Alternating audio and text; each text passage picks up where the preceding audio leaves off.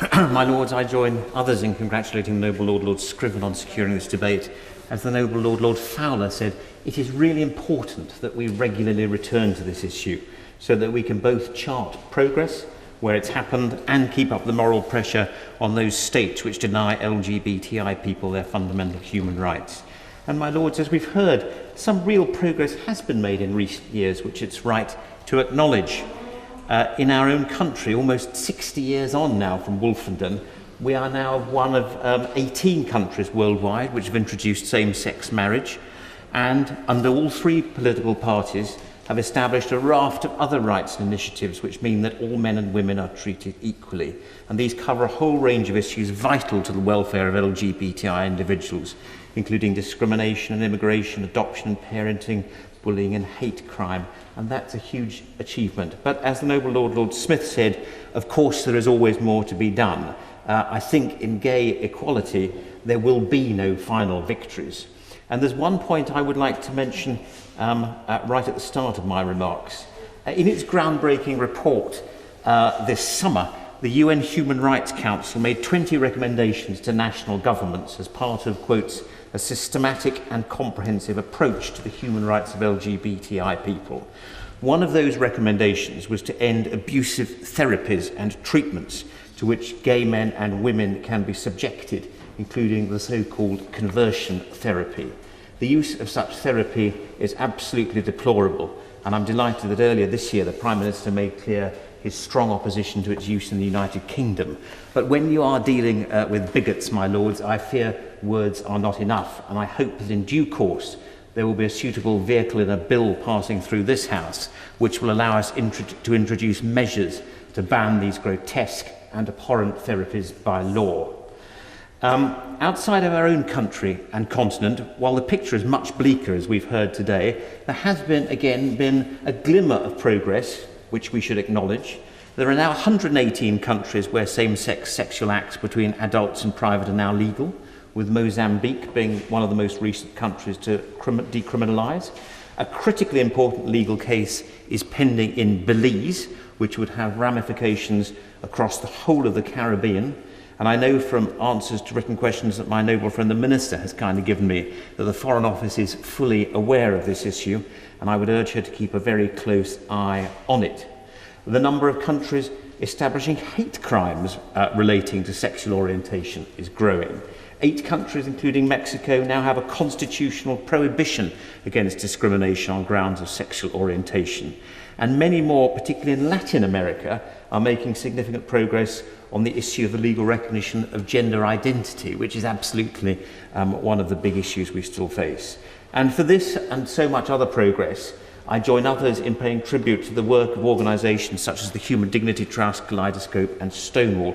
Their dogged campaigning and advocacy continues to pay real dividends.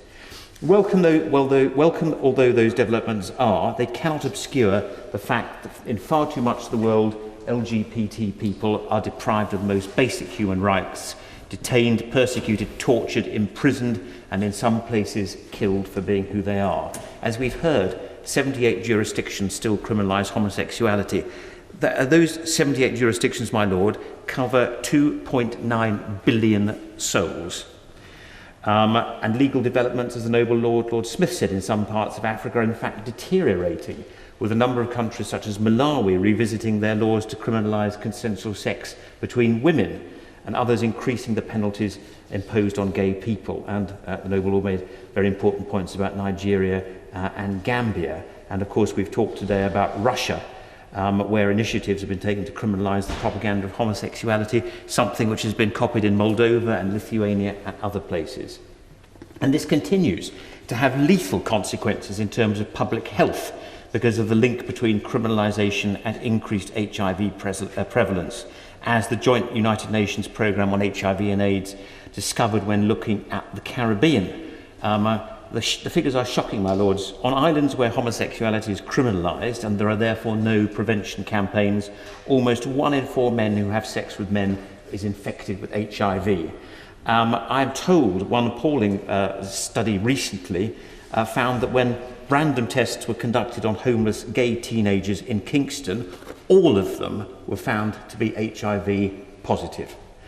But in Caribbean countries that do not criminalise, that rate is not 1 in 4, but 1 in 15. Criminalisation kills people. And my lords, as the work of the Human Dignity Trust has shown, criminalisation also tends to march hand in hand with bad or authoritarian government. Only one criminalising state is a full democracy. Of much interest to me, there is also a direct link between criminalisation and poor indices of press freedom. And here I must declare my interest as chairman of the Commonwealth Press Union Trust. In countries where the rights of a minority are so casually trampled upon, it needs a free and vibrant press to foster debate and sow the seeds of change. That's what's been happening in Botswana, and I hope will be happening similarly in Kenya, Belize and Jamaica, where the press has been able for the first time openly to discuss LGBT issues and question politicians on the issue, providing an important backdrop to vital court cases. So both for reasons of basic human rights, for reasons of public health and good government and freedom of expression, decriminalisation must remain at the top of the government's agenda. I know that the noble lady, the Minister, has been working hard in this area and she deserves our full support. My lords, decriminalisation can come about in a number of ways. Often it is a result of legal challenge. Sometimes it can spring from the membership requirements of regional groups of countries, such as the OAS and the OSCE. The OSCE, for instance, should be a criminalisation-free zone, but 2 of its members actually criminalise homosexuality.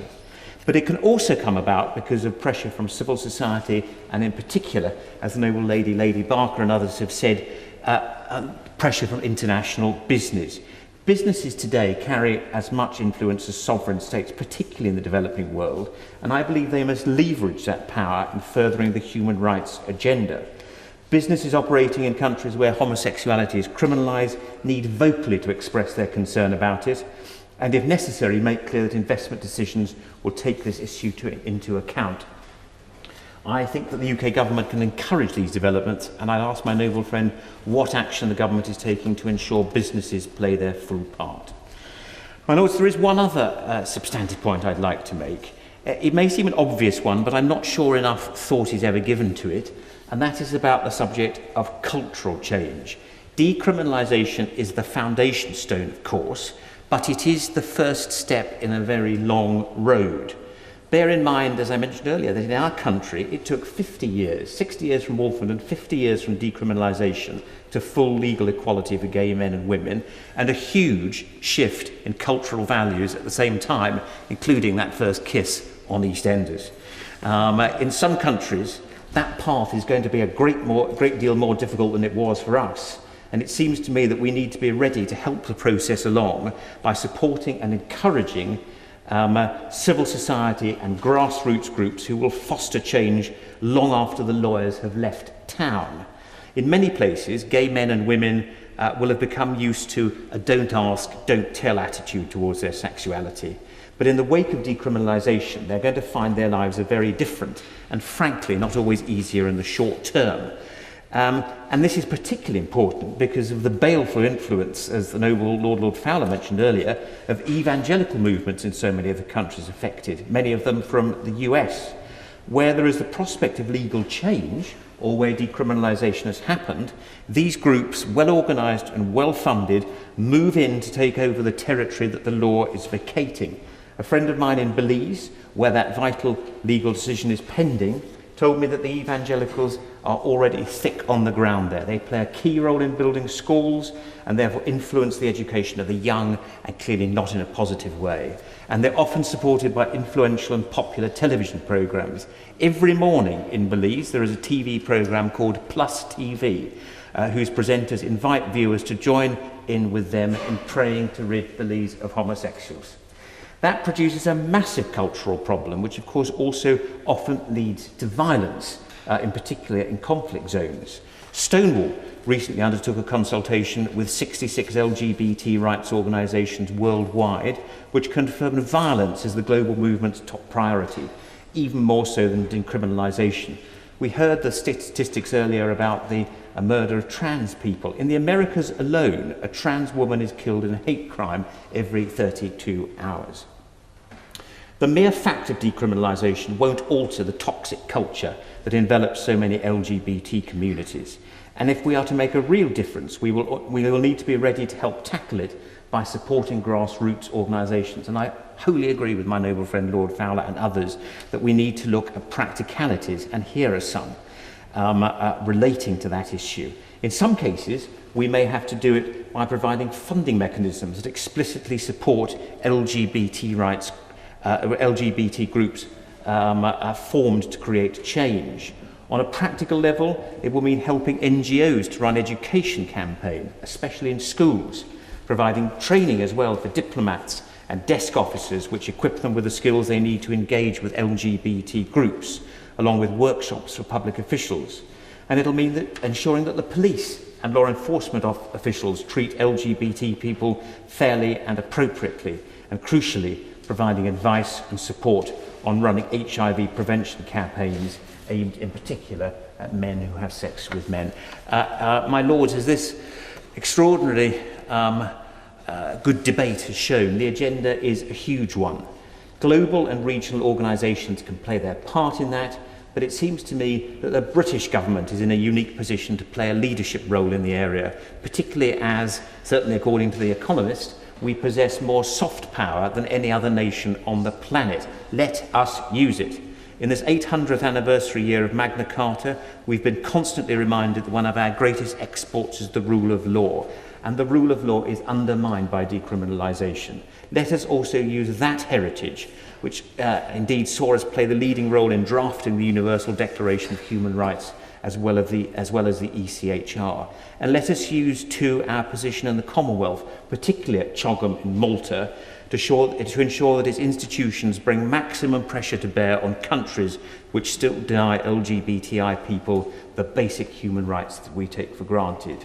Above all, and what I hope will be one of the messages of today's debate, we must remember that decriminalisation alone is in so many ways just the beginning of the story, not the final destination.